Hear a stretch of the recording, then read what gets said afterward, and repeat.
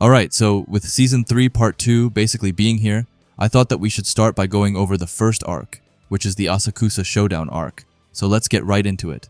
We start off at the Asakusa Company 8's temporary covert headquarters, where we see Licht saying that after the appearance of the first pillar, Shinra lost all memory of the following 3 months, and for that interval, was in actuality a different person entirely, a separate identity with a link to Adola, as the pillars emerge their world, and Adola grow closer, which may have been what spurred the change in identities. Hibana says that meanwhile, spontaneous human combustion is spurred by the assimilation of one's doppelganger with the self. Doppelgangers are another version of them that exist in Adola, so for these past months, was Shinra being controlled by his doppelganger? She looks fierce as she says that if another version of them exists in Adola, then just what is even Adola? Licht asks her if she has anything useful to add, and she tells him that it's rich coming from him, and that she didn't hear him offering any deep insights. Just then, Shop pops up from Licht's head and says that they said something before about the tear in space, about those animals being able to talk, and asks how that's a hint. Licht says that there's also what Arthur said about the personality in question, and that he mentioned that it resembled the rumors surrounding Shinra during their training. Hibana says that it would mean that Shinra became something based off the public image of him, but what hypothesis can they really come to based on the information that they have? And they start to question what exactly is going to happen when the 8th pillar appears. After that, we get to Obi, who asks Shinra what he thinks of the covert headquarters and asks if it sounds more official than the hideout before telling Shinra to sit down. Shinra sits down, and Obi then says that they had this little house in Asakusa, so Vulcan renovated it for them. Shinra says that it makes sense, and Obi then asks him how he is doing. Shinra tells him that he thinks that he has got a handle on what happened to him, but that it just doesn't really seem real yet. Obi then tells him that he was so far off the rails and that it's a shame that he can't remember it, and this gets Shinra flustered, but Obi just starts to laugh. After that, he says that he was a real hellion for the last few months, but at the end of the day, he couldn't bring himself to hate Shinra. Shinra tells him that he is too nice. Obi then says that seeing Shinra's smile cleared up all his worries, and that it's good to have Shinra back, telling him that he hopes that he will keep on fighting with them since they are in this together. Shinra tells him, of course, and in his head he thinks that Obi didn't push him away, but instead accepted him. He thinks that even though he turned into that matricide bastard, he didn't abandon him, and that nobody would go that far for a guy like him. Nobody but the captain. With that, he bows down to Obi and thanks him, and says that he would be honored to fight under his command again. The text then says that it's been 3 months, and 5 pillars have appeared. One of those titanic infernals appeared each time too, but Hajime and the second were there to meet them. Oguro from Hajime has taken the lead on the interceptions, and they've all been successful. He guesses that Oguro is able to handle Kurono pretty well, and that they heard they even loaded Captain Honda into a Hajime cannon and blasted him right into one of the giants. Shinra then says that he knows the Oguro guy. Obi says that he's the Hajime rookie that's been rising up the ranks, explaining that he's a bastard who doesn't mince words, but that's actually made him pretty popular with the citizens, as they believe that he is honest. Obi tells Shinra that this is basically what has been going on. Shinra thanks him and says that there's one thing that Iris said that has him curious. She said that people have been getting stronger with each new pillar. Obi says that he couldn't really say. Non-powered folks like Iris and him don't know much about it, but Maki and Hinawa have felt their powers rising. Shinra just thinks that he doesn't know about Iris yet, but Obi then says that from what he has heard, the biggest effect has been on third generations who were already strong to begin with, and asks if Shinra didn't say that he saw the past in his dream. And he asks if Obi thinks that it's related. Obi says that Captain Benimaru said something about a dream he had that felt real. With that, we get to Benimaru, who has been drinking. Conro comes out and tells him to brush his teeth and head to bed. But after that, we get into a flashback, I would assume, to when him and Conro was children.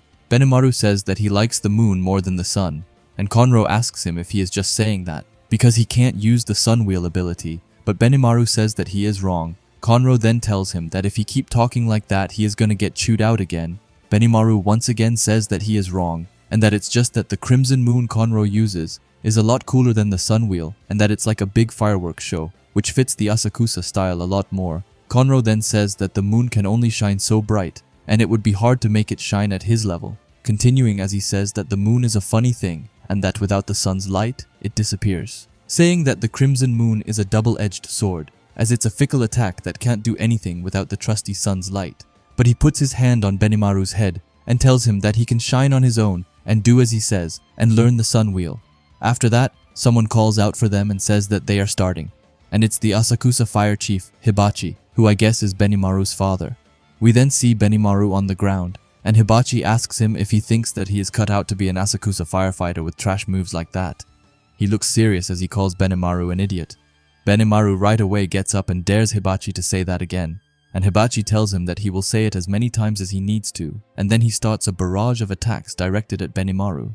Benimaru, however, stands his ground and tells Hibachi that he will make him recognize him, and Hibachi tells him that he will believe it when he sees it.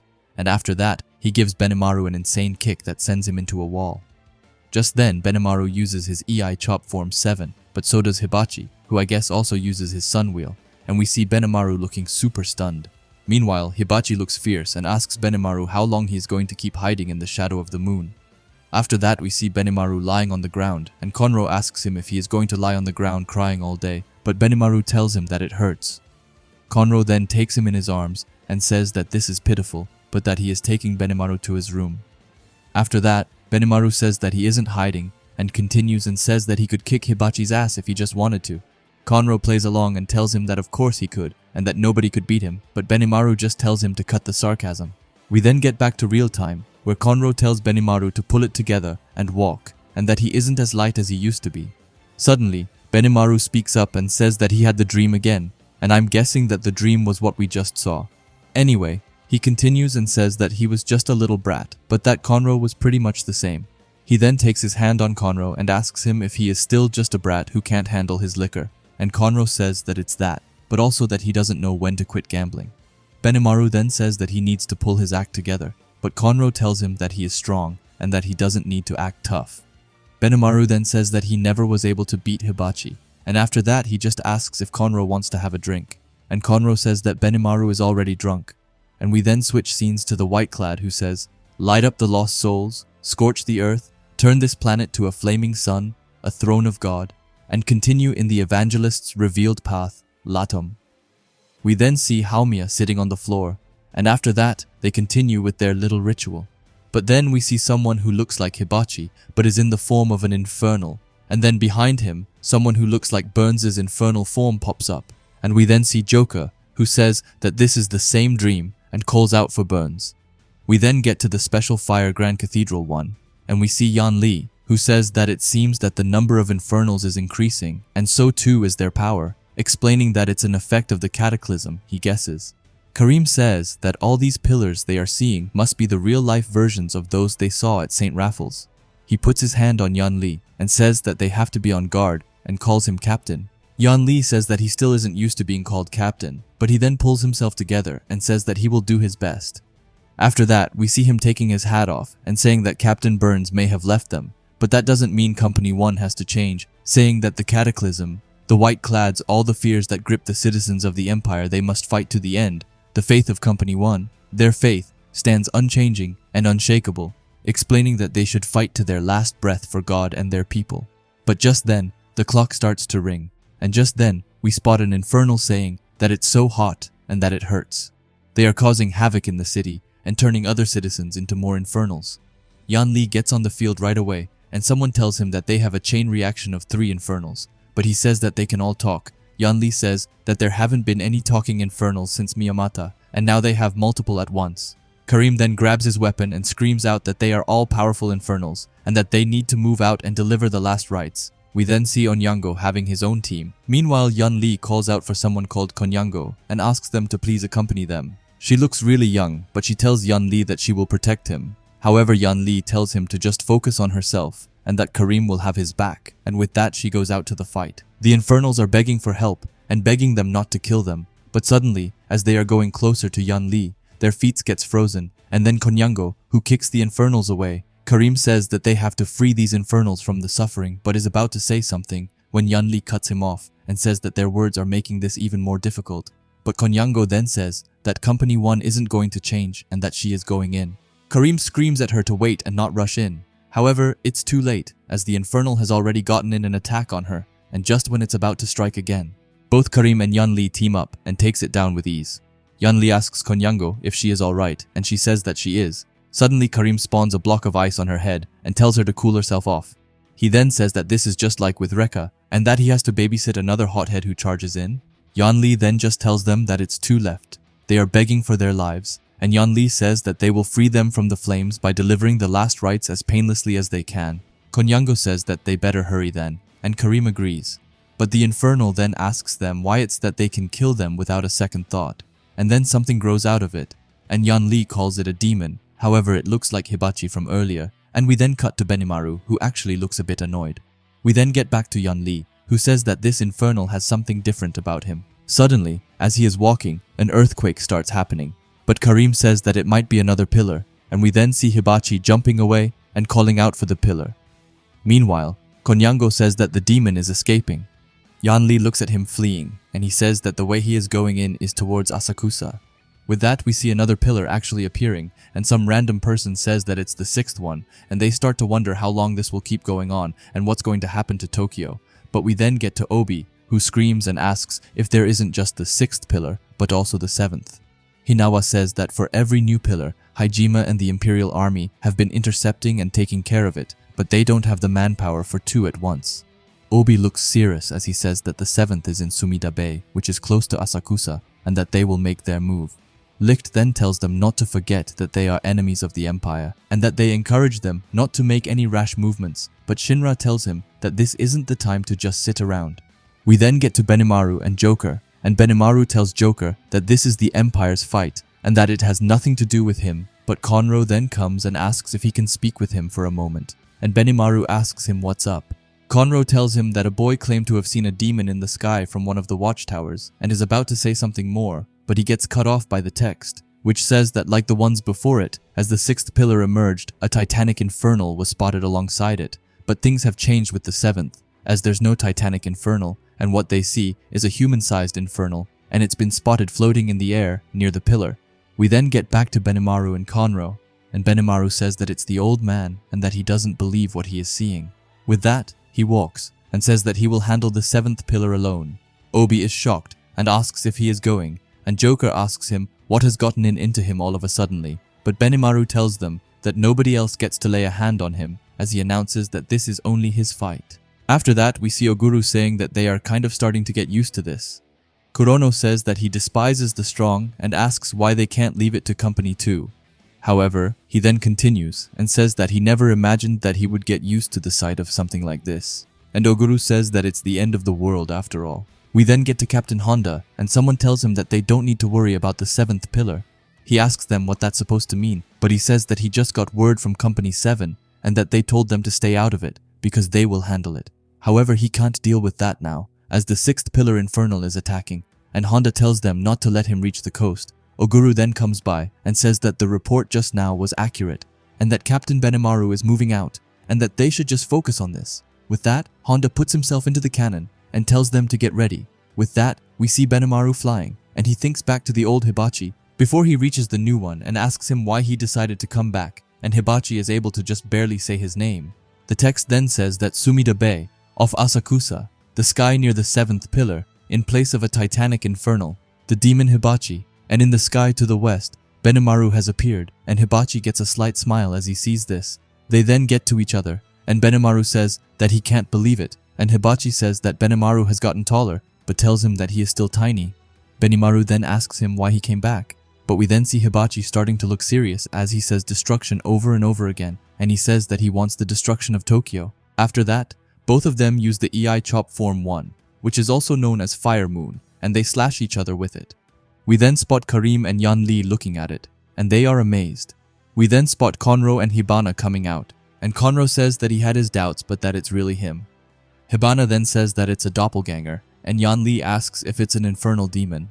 Conro tells him that he's a man that loved Asakusa more than anybody, and that he was the central figure of the old Asakusa Fire Department.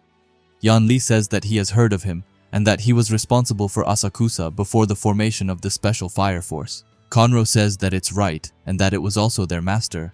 Karim then asks them if they are saying that the demon is Benimaru's master's doppelganger. After that, we get back to the fight where we see Hibachi closing the distance before he throws an attack towards Benimaru, which sends him right into the water, and after that, he sends two huge fire blasts towards Benimaru, which doesn't hit him, but when he looks back, he sees his town and its citizens being hit by it. Benimaru screams out and asks him what he's doing. Hibachi tells him that he is as green as ever and asks him what he even came here to do. He is then about to go into his fourth form, but Benimaru tells him not to dare and closes the distance, and he stopped him.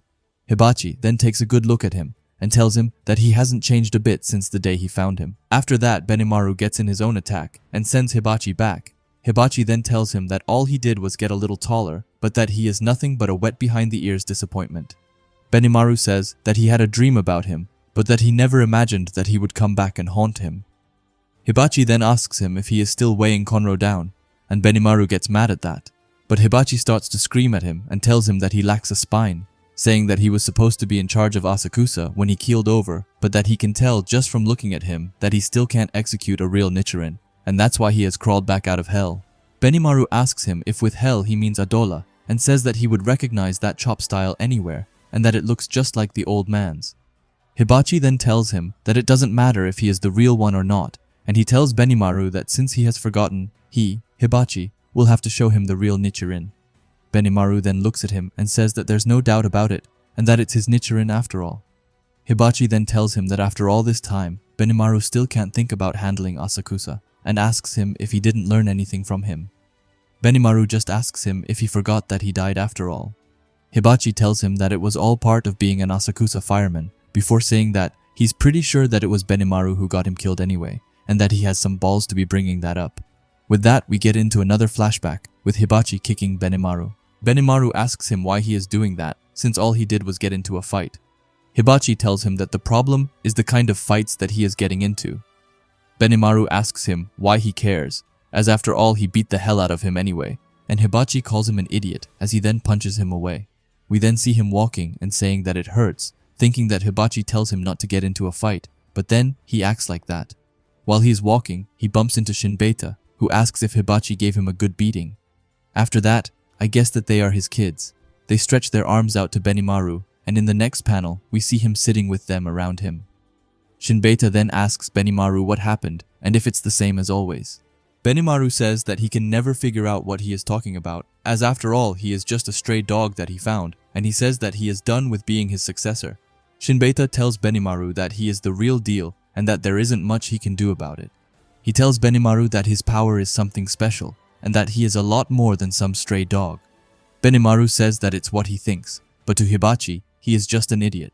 Shinbeta says that he can't tell what's going on in his head, but that he knows at least 2 others who would agree with him, and I'm guessing that he is talking about the children around Benimaru. He tells Benimaru that there are lots of different kinds of strengths, but being strong is something incredible, and that the babies can even tell, and he tells Benimaru that he has a way of attracting people to him. After that, we see Benimaru training by himself, and Konro comes out and asks him if he's hard at work. Benimaru says that this is his punishment for fighting. Konro asks him who it was that he attacked this time. Benimaru says that it was just someone who pissed him off. Konro says that he heard that he beat up Kantaro pretty bad, and Benimaru says that he is right and that he pissed him off. Konro then asks him if that's the type of fight he wants to make his own. We then get a very small flashback to where we saw Benimaru beating him up, and we then get back to Benimaru telling Konro that he's the one who started it, and besides that, he broke Tasuke's stuff. Konro tells him that he is super strong, and that it won't be long until he is stronger than he is. He then says that the rich get richer, and the poor get poorer, saying that just by being strong, you get a lot of extras, fame, respect, and fear. But he tells Benimaru that it's not fair, but that it's how the world works. He looks at Benimaru and tells him that he can hate it all he wants, but he is never going to be able to give up his strength. It's coming with a lot of baggage, but what the master is trying to tell him is not to be careless in how he exercises his power, and that he wants him to know when he's just showing off. With that out of the way, he asks if that fight today was really his fight. Benimaru is just silent, and Konro puts his hand on his shoulder and tells him that he isn't trying to be cryptic, but that he's just advising Benimaru to be a bit more sophisticated. Benimaru just tells him that hearing that makes it make even less sense. After that, he tells him to figure it out for himself, and after that, he looks up towards the sun and says that there's nothing like tea you make for yourself, and that every guy here likes their own tea best. Benimaru tells him that he isn't really making him feel any better, but Konro tells him that he might be the most thick-headed person he has ever met, or it's him or the master. With that we get to Konro and Hibachi, where Hibachi tells Konro to stop putting his nose where it doesn't belong. Konro tells him that it's just that Hibachi isn't one with words and that he doesn't think that the things he is trying to convey are being conveyed. Hibachi tells him that he needs to have it beat into him. Konro just asks him if he still thinks like that, if he ends up raising a monster. He tells Konro to look, and that them Asakusa firefighters, they are not like those fire soldiers preaching divine protection or whatever, and that only an idiot could handle Asakusa. He continues and says that those fire soldiers take lives all under the divine protection of their sun god. Point is, God ain't gonna take responsibility for it, but they will have to take lives with their own hands. He looks serious and says that now he know God ain't gonna clean up their messes and that the lives they take, they just gotta to bear themselves. Hibachi then explains that Benimaru gets it, but in his own way, and that he already knows how heavy the burden is, and that's why he doesn't want it. Hibachi explains that there's only one woman he ever loved and ever will love, and when she went and died, she didn't leave him with a brat of his own, so he forced Benimaru to be his heir, saying that it's just like Konro said, and that he can't let him turn into a monster. But Konro then says that Benimaru thinks of himself as an idiot. Hibachi says that it's true, and if that's what the kid believes, then he is going to let him keep believing it until he realizes it himself.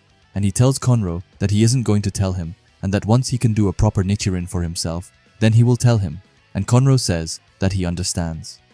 After that, we see the city being on fire, and it being an infernal going rampage. But then, Hibachi, Konro, and Benimaru comes forward. The citizens recognize the infernal as Sako, and her kid tells Hibachi that his mom hasn't done anything wrong and not to kill her. He begs Hibachi, but Hibachi tells him that it's gotta be done. He throws the kid back to Benimaru, who holds him in place. He screams at Benimaru to let him go, but Benimaru just tells him to deal with it.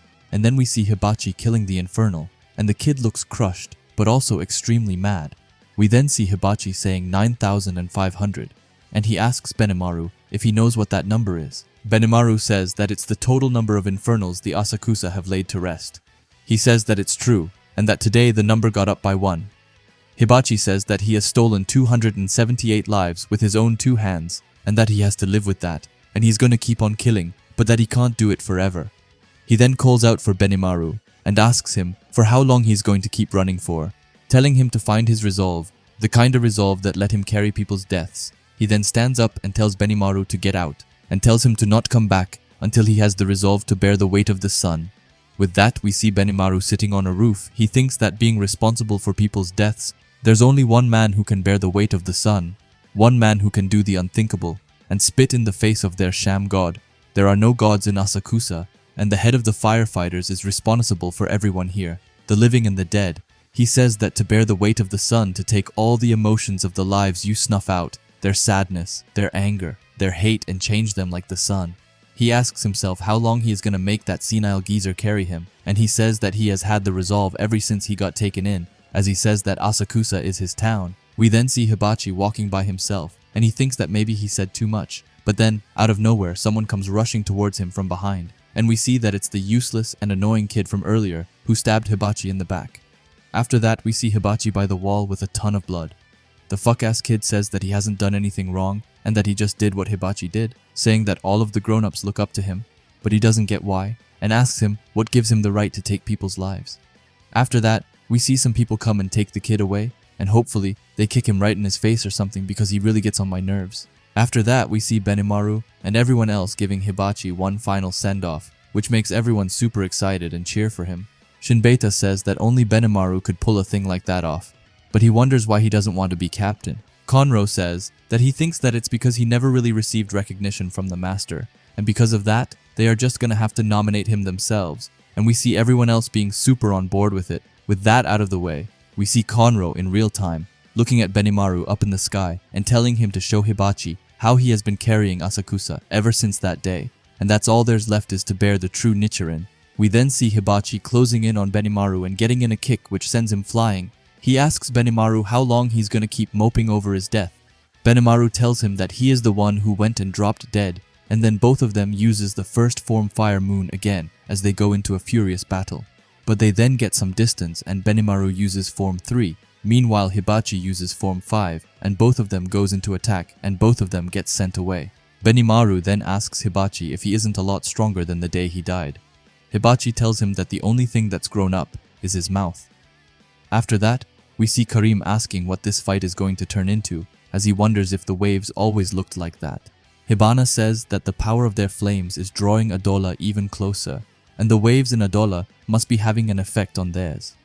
Conro says that it's the same with the master, and that he is always strong, but not even he could match up to Benimaru of today. He thinks that it's the master that the people of Asakusa saw him as. The master may have met a bitter end, but even so, he was the focus of so much fear and respect. Conro then screams out to Benimaru and tells him that it's something that he still hasn't tried, and Benimaru then gets a slight smirk. He tells Hibachi that it took him a lot of effort to crawl back to their world, and then tells him that there's something he wants to show him and that it's time to finally put him down.